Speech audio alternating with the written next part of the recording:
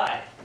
In this video segment, we're going to show you another way to draw worldviews by using a dynamic model rather than a static model. And we've already done one before in an earlier video. Some people, and good people, have used this particular object for quite a while. They use the shape of a target, and they get the bullseye. They have concentric circles, and so the bullseye represents beliefs, and this first concentric circle represents values, and then the third one represents behavior. And of course, this is the core right in here, and so life kind of flows out from the core. And that's not a bad model, but as we have shown in the other video, what happens is if you take away one of these circles, let's take the outside concentric circle away for just a minute, we don't expect the target to do anything except to just look a little smaller. So it doesn't really do anything there. If we take the bullseye out, okay, well, we've got the core missing, but again, we don't expect any changes, any fundamental changes in the nature of the target. And so you've got another illustration of a static or a stagnant model, and we find that these tend to be a little bit inferior compared to a dynamic model that has some built-in function or sequence to it. And what we're going to do now is we're going to show you another dynamic model that we have developed here at Recon. We're going to start with a jigsaw puzzle. Now, if you don't know the difference between a modern and a postmodern jigsaw puzzle, a postmodern jigsaw puzzle will be either an oval exterior, it may be a circular exterior, or some people, they will actually make a square kind of a thing, and then what they do is they take off these edge pieces, and so they leave you with the pieces that you cannot tell are the border pieces. Now, people who develop these kinds of puzzle frameworks, with all due respect, I think they got too much time on their hands and they need to get a day job. But beside that, what we want to do is we're going to look at a modern jigsaw puzzle, and anybody who's put a puzzle together, even small children, know that the first pieces that you look for are the corner pieces. And so instead of trying to get all the little interlocking squiggly lines on the edge of the puzzle, I'm just going to use little squares to show all of the pieces of the puzzle. So we're going to draw 4 corner pieces like this.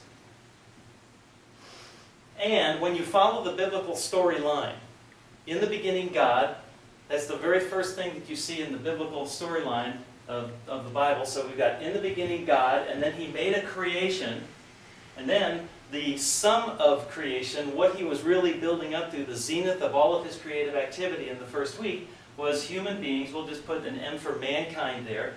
And then, the next big development in the history of mankind was the fall, where man disobeyed God, fell into sin.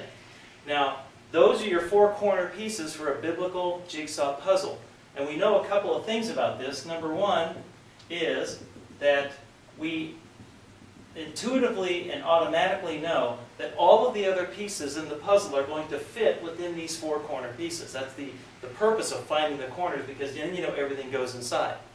Another parallel situation with this so far is that you can explain everything that happens on planet Earth with just these 4 pieces. Think of anything. Think of human beings, think of activities, think of natural disasters, think about anything. You can tag it to at least one or more of these pieces, and so therefore all of human activity, everything that happens on planet Earth, also fits into this framework. And I find that very, very reassuring. Now, God did not stop with Genesis 1 and 2 and 3.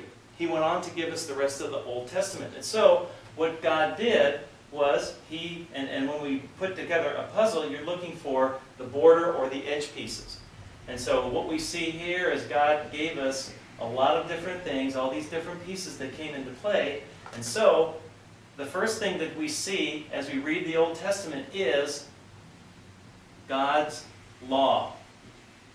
God gave us a law that showed us who He was, showed us His character, and showed what He expected of human beings. Later on, and in the course of giving the law, we also saw that there was a Messiah that was promised all the way back in the Garden of Eden to take care of the effects of the fall. Well, also along the way, as God continued to give the Old Testament, we saw that God gave us prophecies so we would know that God is in the business of proving who He is by what He says, by predicting things that would come to pass in the future, and no other God, no false gods, no any other kind of God can do that kind of thing 100% of the time. Lastly, we see miracles in the Bible. God demonstrating His power over matter, over human beings, and that sort of thing. And so the rest of the Old Testament gives us the framework pieces. So now we know from this perspective that all of the remaining pieces need to fit inside this framework. Lastly, we have the New Testament.